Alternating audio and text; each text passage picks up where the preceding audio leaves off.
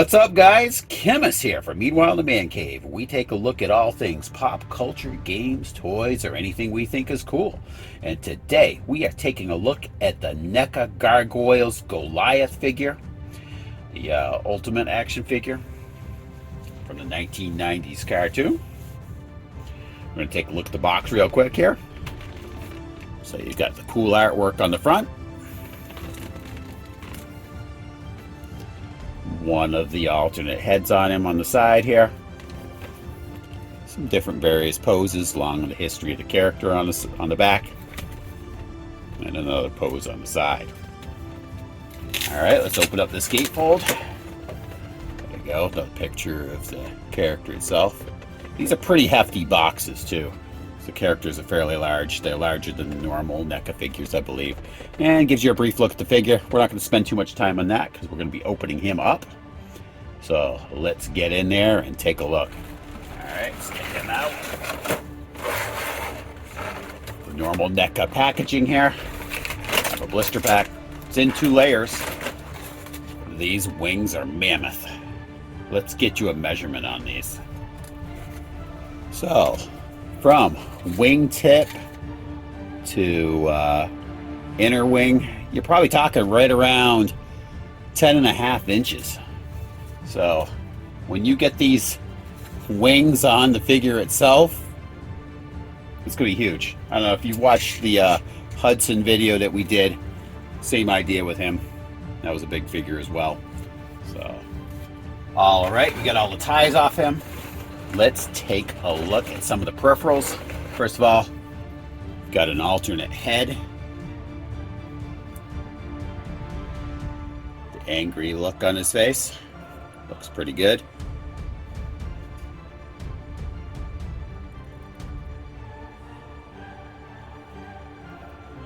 And we have 3 alternate hands. 2 of them being fists, with the movable post on here, so you can shift the hand, angle it or whatever. Gripping hand looks good too.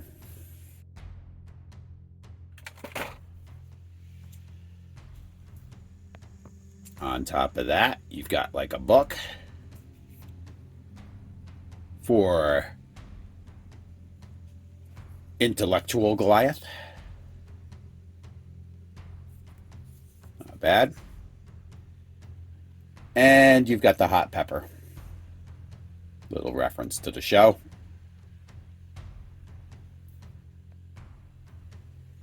You also have the bendy tail, which has the bit of a hinge on the end here, so you can angle it to where you need to once you have it on the figure. And it's got the wire in there so you can bend it to whatever shape you need. And then you have the figure itself. So with the normal, I think it has some normal articulation points, but it looks like we have kind of a McFarlane style double elbow on here. Double elbow joint, which is good. I kind of like that. So you can be able to get all that range of motion in there. As well as up here, right under her shoulder muscles, you've got some movement there as well. Get a little bit of a twisting motion, which is good. And shoulder joint, not a tremendous amount of movement there, but that's okay. The angling on his hands. You do have abdomen crunch, head left and right, and yep, you do have the tilt motion as well. Not a lot of back, obviously, because of his hair. Same thing on the other side. We're not going to waste any time with that. If we run into some troubles when we're posing, we'll tell you about it. And one single joint at the knee, so we're not repeating the double elbow joints, the knee kind of thing here, but and swivel at the hip, as well as forward and back, and angling at his ankle. little bit of swiveling there as well. Nice range of motion. So let's get him together and get him in some poses and tell you what we think. And here he is with the closed wings. If you want the Goliath that likes to go to book clubs and read Jane Eyre and Pride and Prejudice, instead of him going around shredding bad guys, this is the wing pose you probably want for him. Now, you are not going to get these wings with the standard Goliath. Keep that in mind. These only come with the Bronx figure. So, which we are doing an unboxing on that too, so check that out. Just wanted to show you what these wings look like on him. That Bronx figure definitely is more of a accessory pack for Goliath, so. But he does look good with these on him.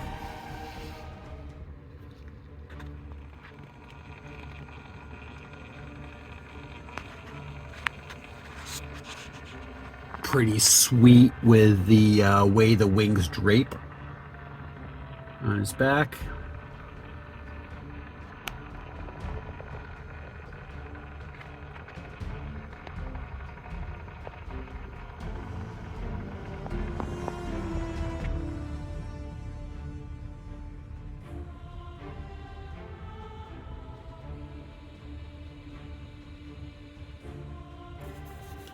Now, I would recommend to pop his head off before you put the wings in. Just make it easier to maneuver. You don't have to worry about putting his, moving his hair out of the way before you put him down into the holes. Just a little easier that way.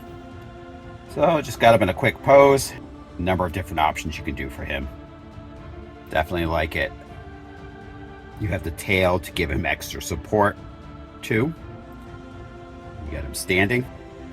Again, my same complaint with this figure versus, that was the same with the Hudson figure we did. The wings feel a little brittle. Just be careful with those. They are ratcheted, which is cool. Just the sound they make when you're ratcheting them there. Yeah, I wouldn't pose them that much. This is definitely not a toy, so don't get it for somebody who's going to be playing with it. I think they'll break it pretty quick. But it's a great, display piece. Hopefully to get the others out soon. Let's get him turning on the turntable here.